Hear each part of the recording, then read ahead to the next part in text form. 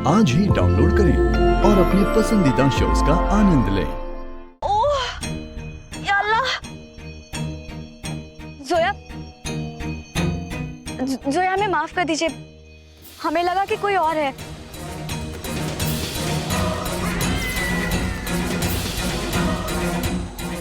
ये लीजिए पानी।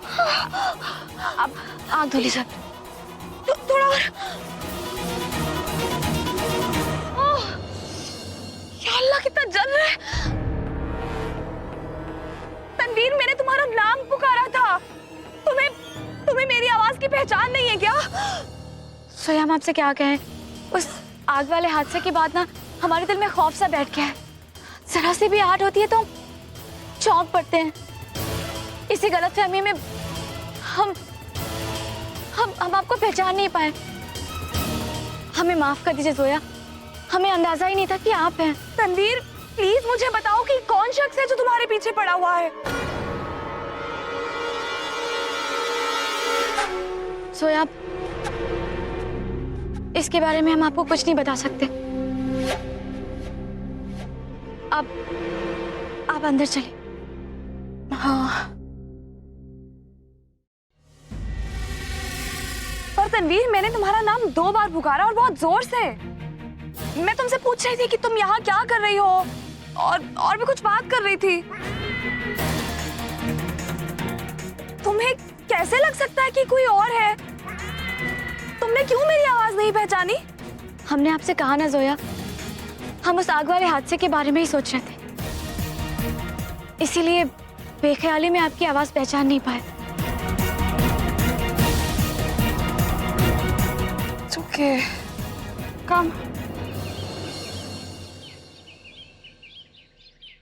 तो मैं क्या समझू, तुम जोया से निकाह नहीं करना चाहते?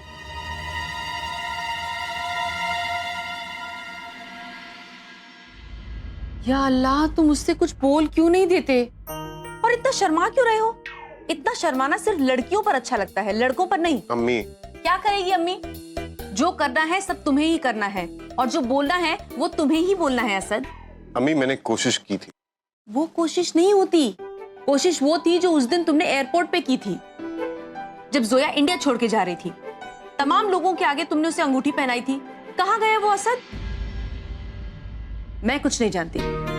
थोड़े ही दिनों में मेहंदी की रस्म शुरू होने वाली है, और मैं चाहती हूँ कि तुम जोया को अपने दिल की बात बता दो। मैं तो कहती हूँ कि आज ही बता दो।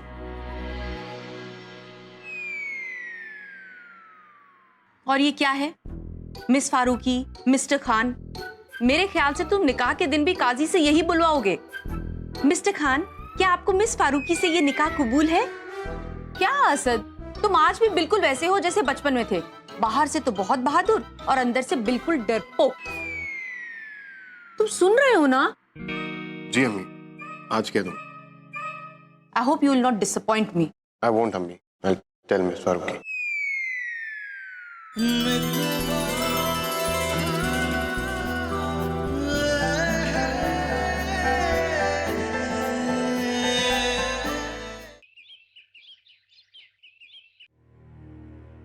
या अल्लाह, इस कमबख्त बीमारी ने तो मार ही डाला है। लेकिन मरी जब तक जान है तब तक कुछ तो खाना ही पड़ेगा ना। मम्मी, अब यहाँ क्यों आई है? मैंने तो आपका नाश्ता भिजवा दिया आपके कमरे में। अरे नहीं बेटा, दिल ऊब गया था कमरे में बैठे बैठे, तो मैंने सोचा कि मैं यहाँ नीचे सबके साथ बैठ जाऊंगी तो दिल बहल जाएगा। और वैसे भी यहाँ पर कोई ना कोई नजारा तो देखने को मिल ही जाता है ना। माशाअल्लाह, यहाँ सुबह सुबह नाश्ता किया जा रहा है, और एक हम है रात से गले में निवाला नहीं गया। रहने दो, ये नौटंकी रहने दो।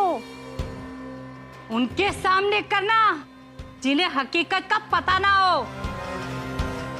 अम्मी। खामोश रहे इमरान।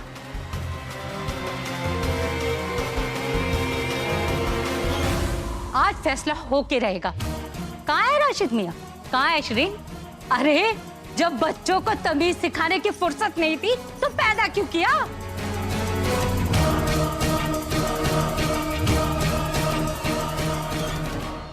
राशिद और शिरीन तो इंदौर गए किसी की शादी में। क्या हुआ, इतना चिल्ला क्यों रही हो?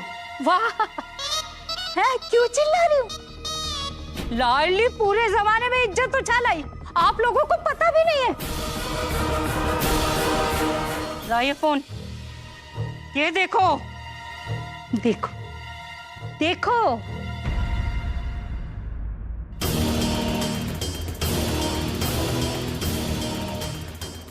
देखो देख लो, मेरे मना करने के बावजूद भी बेहयाई करके आई है ये।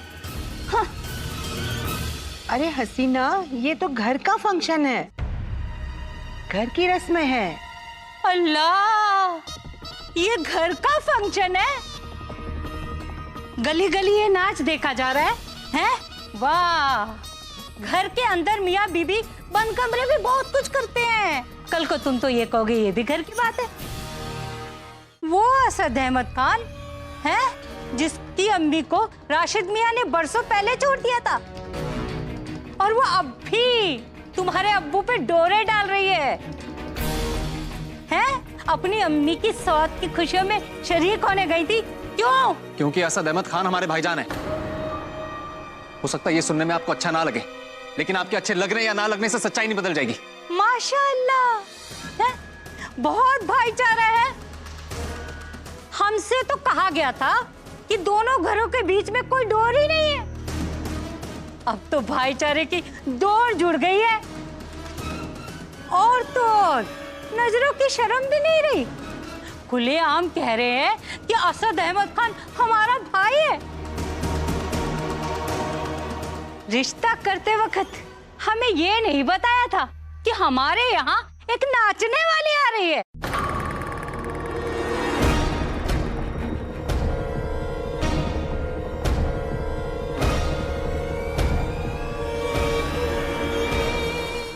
हसीना, ये क्या कह रही हो तुम? माफ करना रजिया, हमारे बुजुर्गों की हवेली हमारी शान है, उसे मैं कोठे में बदलते हुए नहीं देख सकती। बस कीजिए हसीना भी।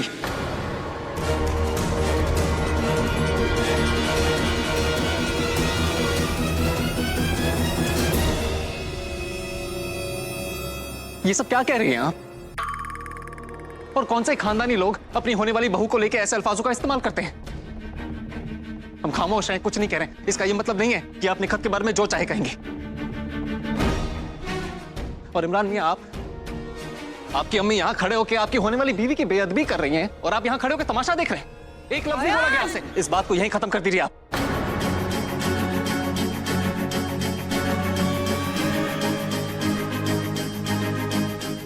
आप निखत की वैसे ही बहुत बेइज्जती कर चुकी हैं, लेकिन मेरी भी बर्दाश्त की एक हद है। आप वो हद पार ना करें, हम सबके लिए बेहतर होगा।